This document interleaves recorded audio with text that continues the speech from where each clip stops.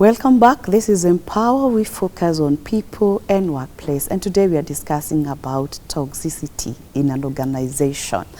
And we are saying it's actually people that bring it up. So environment is all about people. And that is how it starts. Now, what are the effects of having this? When you have toxic environment, what is the impact? There is the impact towards the organization and towards the people themselves. Yes.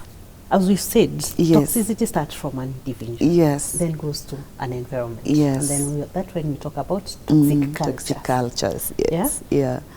When we talk about toxic culture, it's culture. Actually, you are building up or inculcating a space where the values of that organization, the policies, the structures are not ethical. Are not morally ethical to create or to live in. Yes. And when you have a toxic, when you now breed these individuals or these behaviors from individuals to the entire organization, and you form up a group or a culture within the organization that is toxic, they are all negative things that happen out of a toxic culture. Talk about the attrition rates going high, you know, the turnover, the employee turnover. You cannot keep a good or potential employees within an organization because nobody wants someone who is sober enough, someone who loves themselves. A discussion that we'll have maybe in future about appreciating who you are as a person and knowing what you deserve as a person. But anyway, we are not going very far. The generation that we have right now, the Gen Zs have told us and have shown us the reality of people understanding who they are, what they need. So when you have this toxic culture within the organization, you will lose these employees.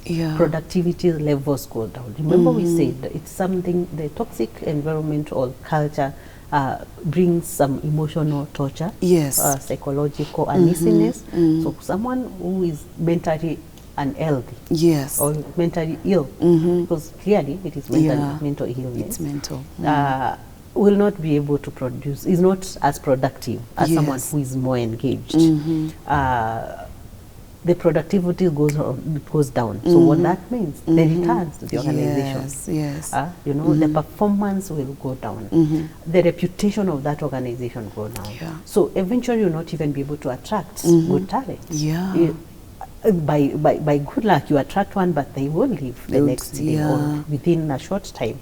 The cost of replacing these exits and the cost that you, as an organization, you bear out of a toxic, because that is caused through by the toxic environment that you're in, is too heavy to to hold. So it is just right that the organization be intentional in creating a conducive and an enabling work environment that people, they will be able to maintain, to retain people, to attract, retain, and even be champions, even at the point of exit or even when they are within the organization. But what about the individuals?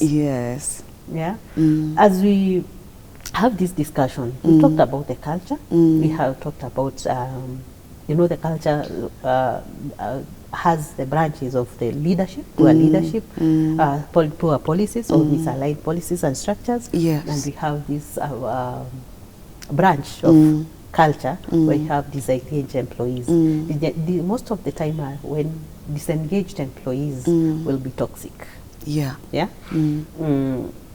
So these employees who are toxic, when you are toxic as an employee, you bring in toxic behaviors within the organization, but you also fall a victim of the same. You will definitely fall a victim of the same. So to the employee, one thing, whatever caused or whatever has influenced the toxic environment, employees or individuals will feel, as you said, mental instability. They will not be sober. They will not be. They will not retain their sanity when they are doing their day-to-day work. And that, of course, will bring them poor performance. What comes with poor performance? Low self-esteem. People will start experiencing, that thinking of tomorrow on a Sunday evening, you have automatic headaches. Yes, You dread. You yeah. don't want to feel like tomorrow, Monday morning, I will get to work, you know. You have, but then you have bills to pay, so you have to go. What happens when you get there? Yes. Headaches, you know. Basically, your mental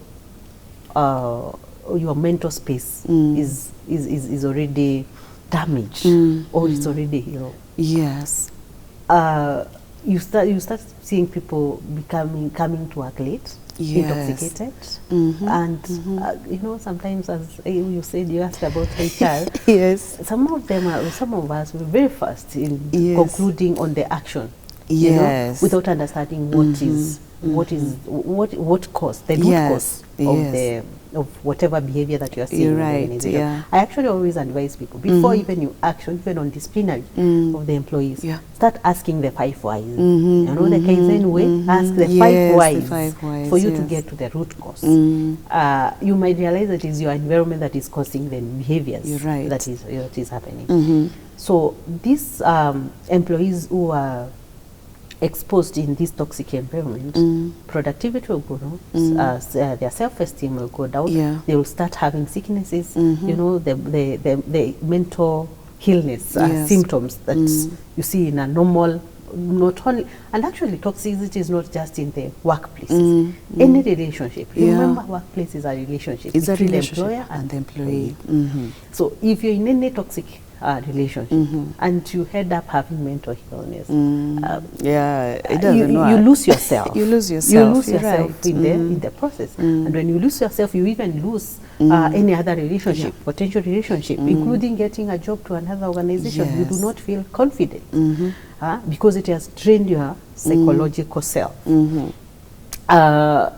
We have sicknesses. We talked about headaches, with insomnia. You know, so there is all negative things that comes with mental illnesses that emanate from a toxic relationship or a toxic environment that you are in. But remember, toxicity is actually contagious. That one actually, it is contagious. If you stay, you see how we tell people, always engage or involve yourself with positive-minded people, positive attitude people. If you continue or stay for long in a toxic environment, sooner maybe sooner you will be like the same. You will, in fact, it becomes the new norm. Yes. If you surround yourself with toxic people, you at some time sooner you just feel like this is the way of life. Yes. This is how things are. This is how people are dressed. This is how people are bullied. For you to get to a position, you must bully. You have to, you know, to secure your way. But at the end of the day, is it healthy? Is it even godly? It's not. It's not, So it is good to appreciate the fact that we are, from whatever level of management that we are, from maybe it be your leader, your manager, from whatever space, look at another individual as a person. Even before she came in as an HR or as an accountant or as an IT person, they have a whole other lifestyle or a whole life beyond workspace. That's true. They have lives that they're taking care of them. They are taking care of or looking at them. They have maybe their fathers, their husbands, their brothers, their sisters. You know, there is life.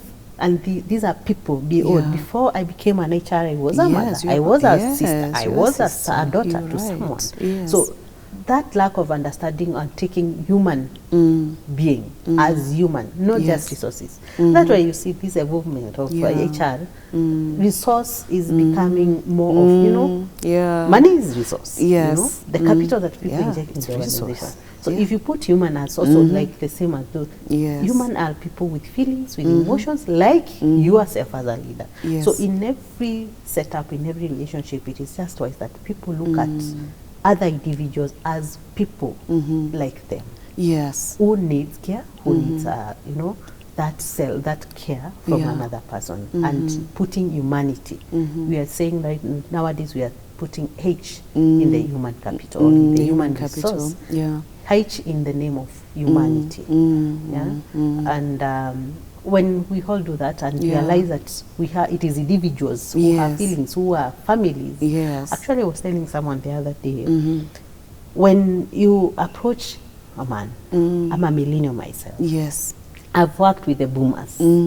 You know, and sometimes you're forced. I get myself into a situation that I have to deal. Yes. You know, like disciplinary. Yes. As much as there are processes, and I will put in the process, the disciplinary process in this. I have to appreciate the fact that maybe he's a man. He's a man. Maybe he's a leader in their community. He may not even be a leader. He may be he's a father to maybe daughters and sons of my age. You know, there is that respect of humanity that we need to put in place, so that then we put. When we have that respect of humanity, these issues, toxic work environment, will actually go away.